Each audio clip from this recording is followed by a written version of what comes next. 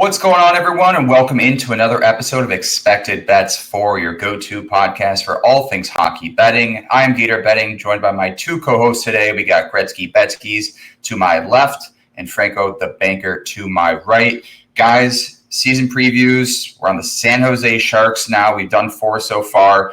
I think this is another intriguing team. It's not like we had talked about before with Calgary or LA, and we'll get to Seattle in the coming episodes. But we were talking before the show. Mike Greer took over this team in 2024 as the GM, and we're kind of optimistic about this team, not so much this season, but moving forward. He kind of did a hard reset almost, got rid of some of those bad contracts, bought himself some good graces amongst the league, getting rid of Granlund. I mean, a former player, played for God knows how many teams. But Betsky especially, it feels like this team maybe we're not excited about this year, but maybe in years 2 and 3 from now.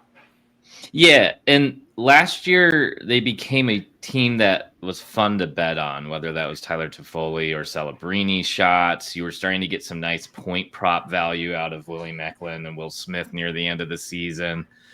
And I think there's a mentality going into this season that this team that was fun and I enjoyed betting on is going to be better.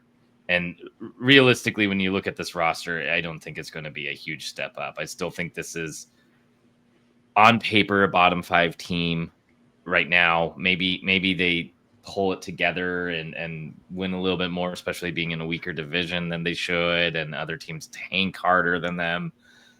But ultimately, this is a team that added Klingberg as one of their major additions this offseason. Yeah, 52 points last year. Heath in the Pacific. It feels like maybe their height this year is 6th or 7th, in the Pacific. I mean, looking at their stats from last year, last in the league in goals for, last in the league in goals against. Power play wasn't great. Like, none of these stats. It just wasn't a good team last year. And we talked about some other additions this offseason: Orlov, Klingberg, Nick Leddy, Jeff Skinner, Ryan Reeves, Adam Gaudette, Kurashev, and Nedeljkovic. Franco, I just don't think that's really enough to kind of move the needle for this team, where we are kind of extremely optimistic with this roster at this point. Yeah, I mean, I feel like I would rather them have done kind of what Anaheim did. They had some vets that could really kind of contribute. These vets, I like the Orlov move, I feel like, yes. But everything else after that is pretty questionable at best, I would say. You look at Klingberg, struggled, and really looks like he's on the downturn of his career. I don't really understand anybody really wanting to acquire a guy like that. Same for Nick Leddy as well. Not really a guy you want on a team that's developing. It's not like he's going to bring that steady presence. It's more like a questionable presence back on that back end for both Klingberg and Leddy. Skinner could barely find any time in Edmonton, even though they were struggling with forward depth. Ryan Reeves, I mean, I don't even know what to say there. Adam Gaudette's interesting. You look at his stats from last year, he had that nice run where it felt like he was scoring almost every night. But he is just purely a goal scorer and nothing else. The guy had like 7 assists total in all those games. So I don't know what he truly brings to this team. I mean, maybe that's a little bit intriguing if they can get him with some players that can set him up. But yeah, I mean, I feel like all these moves, when you just look at them all laid out like this, just total out to be a big question mark to me, and not really like a clear direction, unless they're looking at like, okay, these are like 1 to 2 year stopgap type players just to get us through until we can kind of figure out who we want to add to make this team better. But as of this year, they're not really doing it for me. No, and I mean, their season points total, we'll get into that, 70.5. Like we mentioned before, they had 52 last year. I think everything else, playoffs, division, conference, Stanley Cup, those are just, we don't even have to talk about. But in terms of the regular season points total, I mean, we've kind of preached this the past few episodes here. The Pacific Division is pretty weak in itself, but to make an 18, 19-point jump with this roster, I just don't see it, Betsky.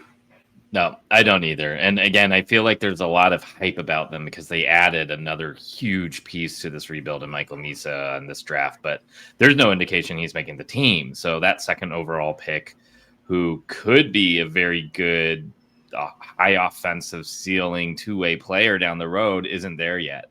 Yeah. Sam Dickinson, the top defense prospect in their prospect pool, may not make the team yet. I guess we'll find out for both of those players once training camp begins. But even if they're making them the team, that's two 18-year-olds that may, or an 18-year-old and a 20-year-old who are highly touted, but may not really be able to play a full 82 NHL season with excellence like Celebrini. Like, that's a different caliber player here. So there's a lot of adjustments, whether or not those two players make the team. And I just don't see that major of a jump in any sort of way, even with Askarov being the starter. Yeah, and Nedeljkovic behind him too. Frankly, I wanted to bring that up too. Their goaltending situation does not necessarily look rock solid by any means here, and I think that's kind of one of the biggest things. In addition to this young roster that they're trying to build this core around, these kind of veteran pieces that they brought in for these short-term deals, but their goaltending could be a major issue this year. Yeah, especially if you're going to be relying on Nedeljkovic in anything close to even a 40-60 split. You know, if he needs to play a good amount of games, this is going to be a problem. I know they didn't want to give Askarov the full, reins to the starting job last year. We'll see if they do this year, and maybe Nedeljkovic is really just a spot starter. That would be more of the ideal situation, but we still don't know what Askarov is. Obviously, he's highly touted and all that fun stuff, but I mean, you put him behind that defense that we kind of already talked about, having added some weaker veterans to a young, relatively younger core. I know there's some guy like Ferraro is a decent defensive defenseman, shot blocker guy, but I mean, overall that blue line doesn't look too good. And then now you have a young goalie that is supposed to be good, and then a guy that we have seen be bad straight up in Nedeljkovic the last 2 years, really. So very questionable. I could see a lot of goals going in against this team. Let's put it that way. Yeah, getting into some player props here. Askarov's win total this season is at 16.5, the lowest of any starting goaltender in the NHL. Last year, he had 4 wins on 13 games played. The Sharks had 19 wins last year. 19. Yeah, so I'm not touching that. The two intriguing props here, I guess we'll go into this now. I think Celebrini, so his point total is listed at 71.5. He had 63 last year, and his goal total is listed at 30.5. He had 25 last year. I don't necessarily hate either. I guess if you're going down that kind of stretch, but there's another guy who I really like, William Eklund here for 60-plus points. It's plus 130 on FanDuel. He's tied to Celebrini. They're on that first line. They're on that first power play unit. He had 58 points in 77 games played. Last year, he had 45 the year prior. He's continued to show growth here. He's got another year playing with Celebrini.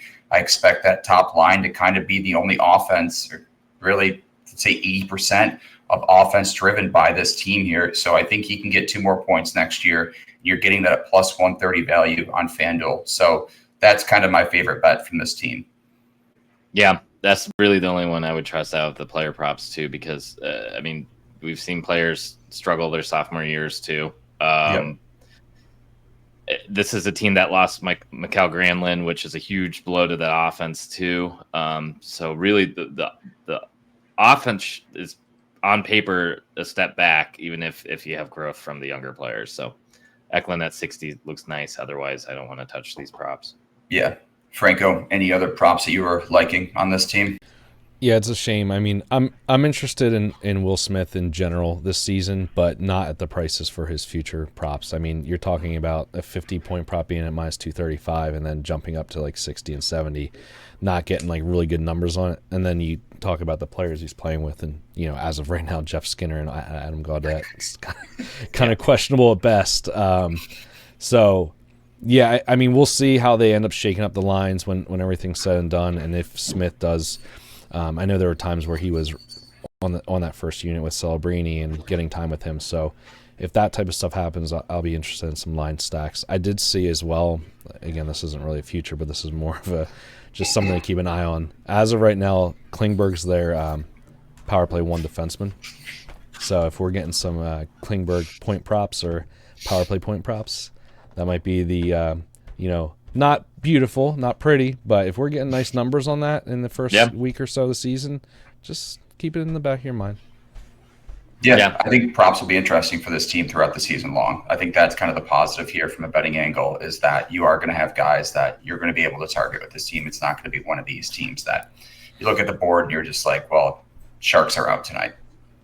Well, and if anything, like that PP1 looks good, right? Like if we can take anything away from this team, that like you stack Will Smith and Celebrini together with Eklund and Toffoli, like that looks pretty damn good on paper. We'll see if it performs, but yeah. We'll see. All right. I want to thank everyone for listening to this episode of Expected Bets 4. Be sure to follow us and subscribe on Twitter, Instagram, and YouTube. We appreciate everyone for listening, and we will talk to you guys soon. See ya.